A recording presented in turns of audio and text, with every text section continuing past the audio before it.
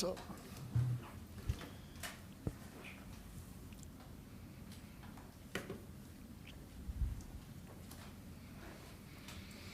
What does the week look like in terms of Orlando Brown and T. Higgins' practice status? We'll see. 48 hours. We'll get on the field Wednesday.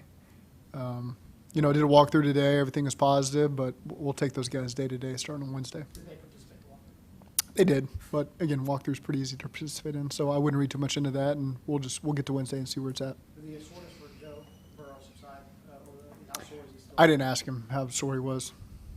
Sometimes I don't ask those questions. I don't want answers to. You guys reportedly made some moves today in terms of bringing people in for workouts. There's a report out that you signed a running back. Do you have any confirmation of that? I don't know if I can confirm it at 3:13. How did Maybe. BKL come out of Thursday night physically? Yeah, it's still sore, I believe. So again, we'll get through the week with him and see where he ends up. What do you feel like is missing from your quarterback room right now? What do you feel like you would like them to be doing better as a whole? From the quarterback room? Whole corners. Corners. Yes. Consistency.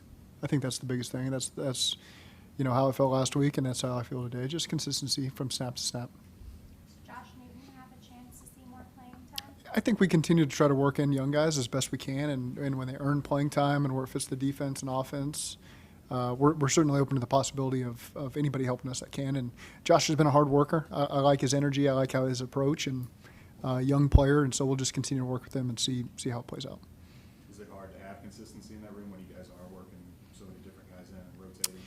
No, I mean, we're just trying to do what's best to get stops and put our defense in the best position. So, again, it's sometimes that's leaving guys out there for long periods of time. Sometimes it's getting people in different packages so they feel comfortable and can take advantage of the opportunity. We talk about consistency for the DBs. What does that entail? Is that just snap to snap? Is it approach? Yeah, taking the air out of the coverage, when you're just in a one-on-one, making it more contested, making it more difficult. So, again, just being dependable down in, down out. There's some really good snaps from that room. And then there's some, like every position we got in this team, where it's got to be better. I think when you're 4 and 6, you ask about the corner room, but really I think you're talking about every position room. There's things out there we just got to be better, as a position group, as a unit, and obviously that flows into the team. How much has the lack of pass rush, consistent pass rush, impacted the defensive pass? I think that's certainly gotten better. You look at Lamar; he's extended. How many times do we have him right in our clutches, and he's able to get out of it? And that's playing a guy that's a 2-time MVP and does all the things he does. So I certainly think that over the last couple of weeks, the pass rush has gotten better, and overall, those things have improved. And we just got in a tough spot in some of the plays last week against Baltimore. Would you say that's significantly improved in the middle of the defensive line, where you're getting more pressure there? You know what you have in trade. It's hard for me to quantify it, but I do think it's gotten better, as these last couple of games have progressed.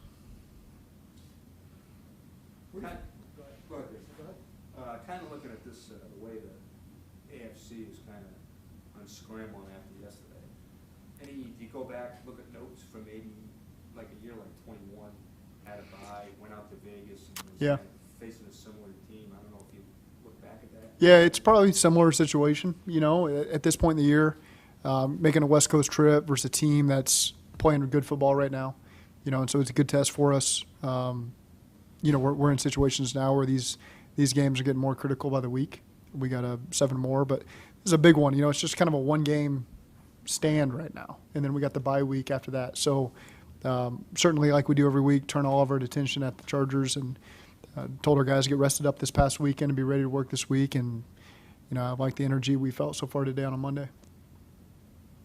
I know the bye week's a big time for self-scouting. Did you guys get a jump on that at all this weekend with the mini bye, or is that Just started focusing on the Chargers, and then next week. We really self-scout every week, now with the way that, we got to access the analytics and all the people on our staff. We try not to let a week go by where we're not really reflective on what have we done the last 4 or 5 games that teams are seeing. And so I think we got a good staff that does a good job identifying all that stuff, making us aware of it early in the week. And so there were years where you spent the whole bye week because that was the only time you got a chance to actually comb through the tape. But now I feel like we do a much better job of week to week integrating all those tendencies into our plan. Is there anybody in particular who's really helped facilitate that process over the last couple of years that maybe? Well, Sam Francis is the best with the data, and then we got quality controls that siphon through it as well. Pitch is great at it. Guys on defense do it as well. So it's something that we're all aware of and try our best to cover it up. When you look at the year that Trey Hendrickson's happening, what's been probably the biggest thing that people probably don't give enough credit for as to why he's been so successful, especially this season? How much work he puts into it. I think those are the behind-the-scenes things that people don't realize. He's in here every day. I mean, every opportunity he gets to use the weight room and be in there, and all the body work he does in the training room, and he works as hard as any player in this league. And so it's not a surprise when you see your best players put in the work 365 days a year, day in and day out in the season, and then they go out there and they're able to do the things that they do. It's not shocking that he's maximized every bit of potential he's got in his body because of the way he works and the way he prepares. And so again, it's not surprising that he puts himself with these opportunities. What kind of examples does that set for you got some of the young guys? Yeah, it doesn't seem complex. It's look at these guys who have played at a high level and done it and experienced it, and everyone's different. Everyone's got their different process, so you don't just want to emulate somebody else if that's not what makes sense to you. But certainly makes sense to me sometimes. You guys have taken a lot of pride in the way you tackle, especially the secondary players.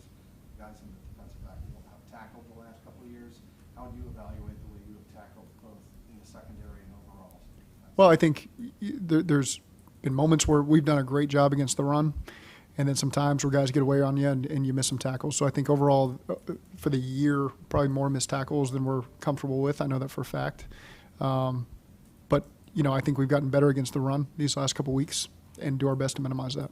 When you're making additions from outside the building this time of year, what's the biggest thing you're looking for that you're hoping to get from those guys? Guys that you can envision a role for. If it's an active roster spot, certainly somebody that can come in and fits a role for you, and you feel like you can find a way to hit the ground running with them, and they can add something down the stretch here. If it's a practice squad, a guy you want to continue to work with and develop, and have a vision for long term. So sometimes it can depend on the position, how deep you are, and kind of what's available on the wire. But you want to have a short term and long term vision for the guys you're bringing at this point in the year. Understanding that losing can take a toll, losing close games can take a toll as well. How is morale inside? It's good. I mean, I think everybody still sees the potential in our season, and losing a close game, it's a punch in the gut for sure. One that you think you got a chance to win, and it slips away from it. But at the same time, we know we got a good football team, and everyone believes that. And different guys, different places have been in these situations before, and there's evidence where you can pull out of it and still have a tremendous season. And so that's what our focus is right now, is focus on the Chargers to point ourselves in that direction to have a tremendous season. Do you have to coach morale? Do you have to coach positivity, or do people check that? No, I think that's a position by position thing. That's something we talk a lot with the coaching staff is make sure your room is heading in the right direction, and that's the leadership that you talk to as well with those players in that room to make sure you're pulling it along, and then that affects the entirety of the team. And so again, that hasn't been an issue that I've seen. Have you had any memorable Jim Harbaugh exchanges or interactions over the years? Yeah, I went to my first ever NFL game. I think it was '92 Bears Steelers, and I got to go to a Saturday walkthrough, and I have a picture with Jim Harbaugh, me, Press Taylor, and Jim Harbaugh. 92, 93. I'm not sure which year it was. It was Steelers at Bears, Bubby Brister versus Jim Harbaugh.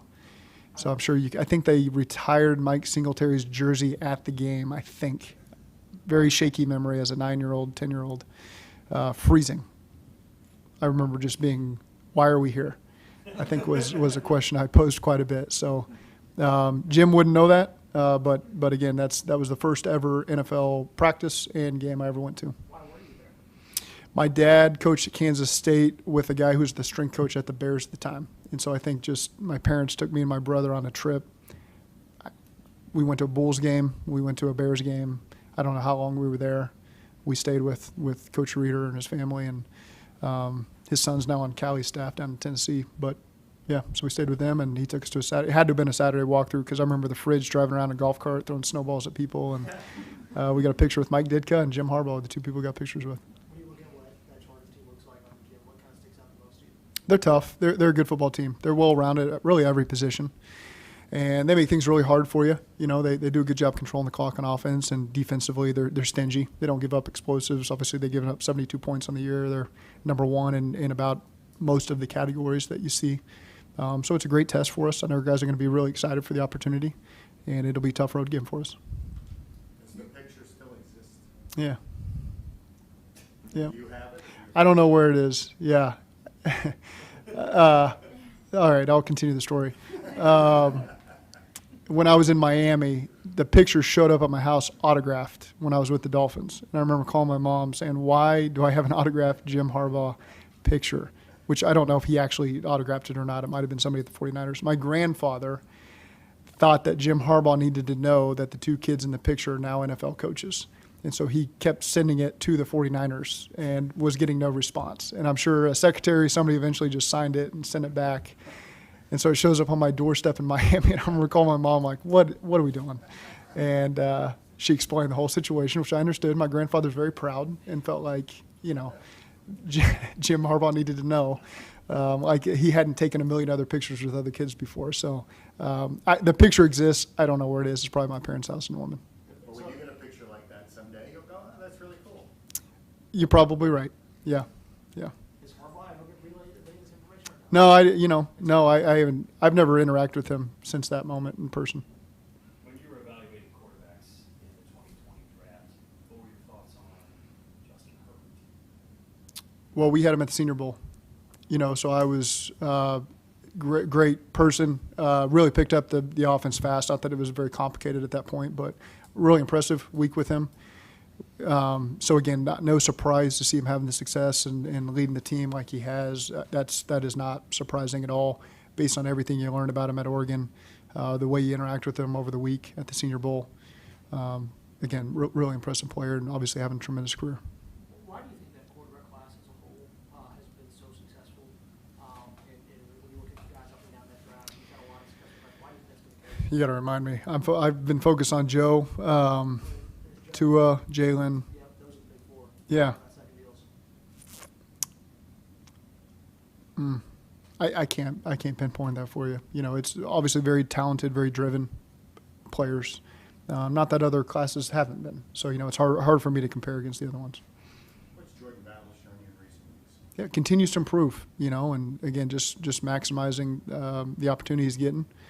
And so again, I think he's heading in the right direction.